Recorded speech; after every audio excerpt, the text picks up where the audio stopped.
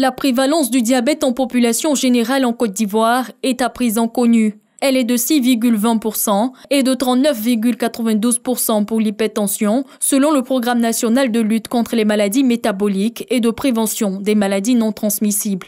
C'est la deuxième vraie enquête nationale qui a été réalisée en Côte d'Ivoire sur le diabète, parce que la dernière enquête remonte à 1979. Elle a été menée à l'époque par le docteur Denise Mirou, qui donnait un taux de prévalence national de 5,7%.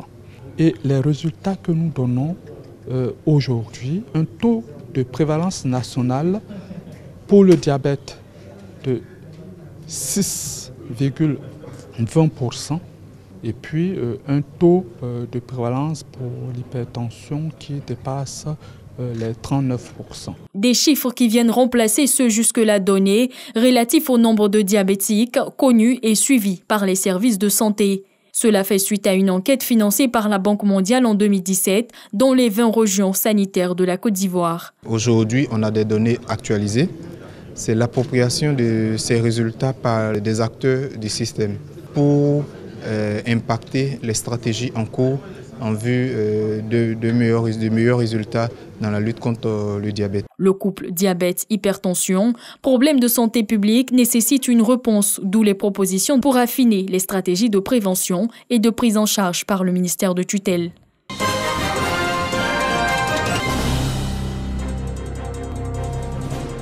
Les activités du Conseil régional de Lamé s'annoncent fructueuses. Pour le développement de cette région, plusieurs réalisations ont été effectuées, notamment la réhabilitation de centres de santé, des dons d'ambulances aux différents centres de santé par sous-préfecture, des dons d'équipements médicaux, des constructions de collèges de proximité et des fermes de volailles à plusieurs associations de femmes. Une information donnée au cours de la 3e session ordinaire du Conseil régional de Lamé. À cette session, le vice-président du Conseil régional de Lamé a annoncé la bonne santé des ressources financières. À ce titre, le budget primitif de l'exercice 2018 de 1 549 941 000 francs CFA est passé à 1 802 975 000 francs CFA, soit une hausse de 253 millions de francs CFA. Cette hausse est favorisée par l'augmentation de la subvention d'équipement de l'État et des prévisions de recettes fiscales.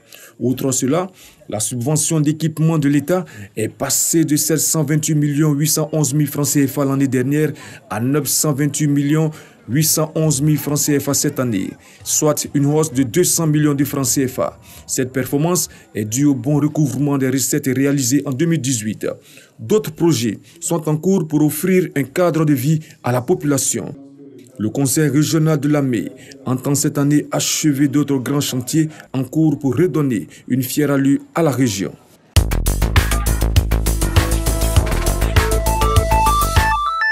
Le Mali et le Burkina Faso, deux pays qui seront visités par le Conseil de sécurité de l'ONU.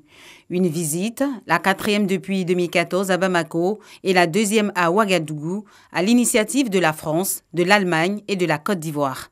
Au centre des discussions, la mise en œuvre de l'accord de paix et la lutte antiterroriste face à l'expansion de la menace dans la région du Sahel.